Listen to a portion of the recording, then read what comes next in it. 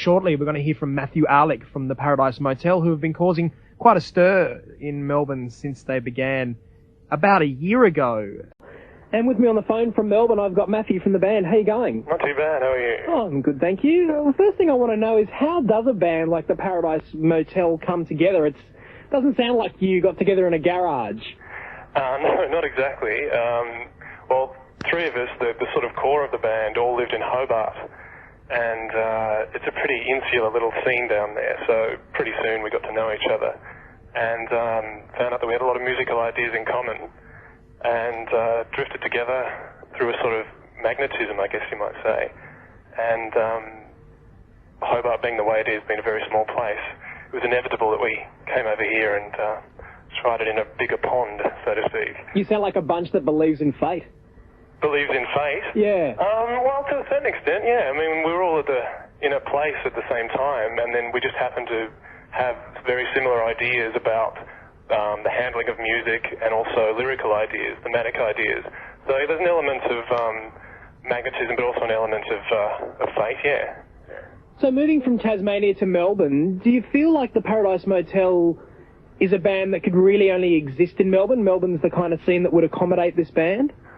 Oh, no, far from it.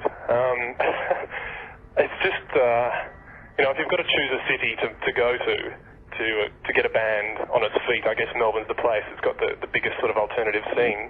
But no, I wouldn't say that we limit our horizons to playing in Melbourne. I mean, for a long time we didn't even play in your standard sort of venues. We played in a cinema, in a church, in theatres. Sure, I'm not talking globally. I just sort of mean, I'm not sure how a band could survive playing the music that you do in, say, even Sydney or Perth. Yeah, I think you're right. Yeah, if we certainly wouldn't have got on our feet in any of those other cities. And as a base, I guess Melbourne is the best place. But as your horizons broaden, I guess you have to think of Australia as the place where you're playing at the moment.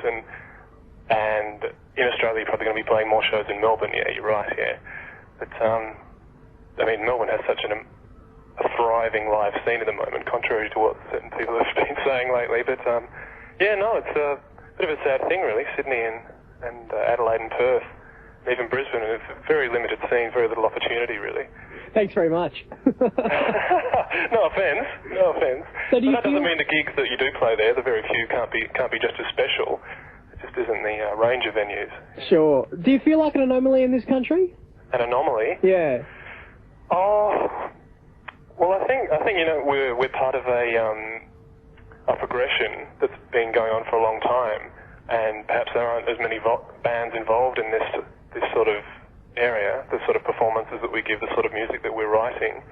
But I think there is a place for us. Perhaps not.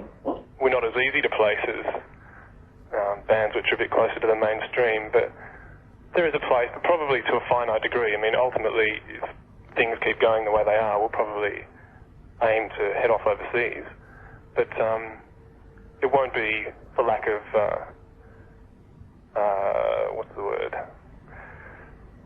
for lack of a love of Australia or being here. It's just a small place. The population's only 17 million, and when you're being part of a niche market in that sort of population, you're bound to make people sick of you ultimately. So, yeah. So how important is image to the band? There seems to be some kind of concept going on there with the suits and the press shoots that we've seen, and photos and artwork and stuff like that. Well, I mean, it's always important to have a cohesive appearance, I guess. It makes it easier for people to have an access point into what you're doing. But the sort of clothes that we wear and the images that we're fond of are appropriate to the kind of music we're writing. I mean, it's all part of some sort of focused, cohesive whole, I guess. So yeah, there is. It's important to reflect the music in the images you put out and the way you look. Yeah, for sure. But it's filtered on down here that you guys actually travel as a group in packs, throughout the city of Melbourne and in your suits and stuff. Where did you hear that? Well, I won't tell you. I mean, rumours. Little bird, hey? Yeah, well, I mean, we wear suits. We don't just wear them to play in. We sort of get around in them. I mean, not all the time. We don't sleep in them, but we do tend to. We're a bit of a gang, I guess. I mean, do you feel intimidating? Is that the idea? No, it's not the idea, but I'm certain that it would come across like that to the shyer people. But it's not meant to be like that. It's just that we. The reason we're together as a group of people is because we have similar ideas and we get on really well. So it is, I guess it's hard for an outsider to get into that, to become part of that, and it could come across as a little imposing, yeah. How about the music? Do you find that to be something that you want to be intimidating and perhaps something that the listener is really going to have to work hard to penetrate? I think some of it ends up being a bit like that. I mean, we're not out on some sort of mission to have someone sitting in their chair desperately trying to cope with what we've put on a CD, but that's the sort of themes that we're tackling, I guess, and the detailed approach that we take to the production and arrangement and the writing of the material inevitably makes it the sort of music which you probably can't just have in the background. But the songs we write come out the way they do because of the kind of people we are, the things we're interested in. And I wouldn't say that we had an agenda for making it difficult for people to get into or challenging, for its own sake. But I think it probably does end up that way a bit because of the very nature of it. The impression I get sometimes from the music is that people are left kind of sort of hanging there. It's got a real sort of hanging quality. There isn't often a definite resolve at the end of a song. No, that's true. I mean, we're not into easy resolutions, and there's a certain lingering potency, I guess, from something that doesn't easily resolve. You're left thinking about it. That it leaves possibilities open, and that's definitely something that we would try to achieve, try to get across. Yeah. Okay, well, you guys are coming to Sydney this weekend. You're doing a couple of shows. You're doing one at the Metro supporting the Jackson Code and the Black Eyed Susans on Saturday. That's right. And you're doing your EP launch at the Annandale the following night on the Sunday. Yep.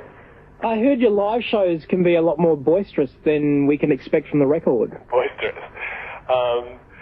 I think there's a it's a different format, a different forum for what you're doing, and I think we express a lot more of the aggression in the live set than you could find on the CD.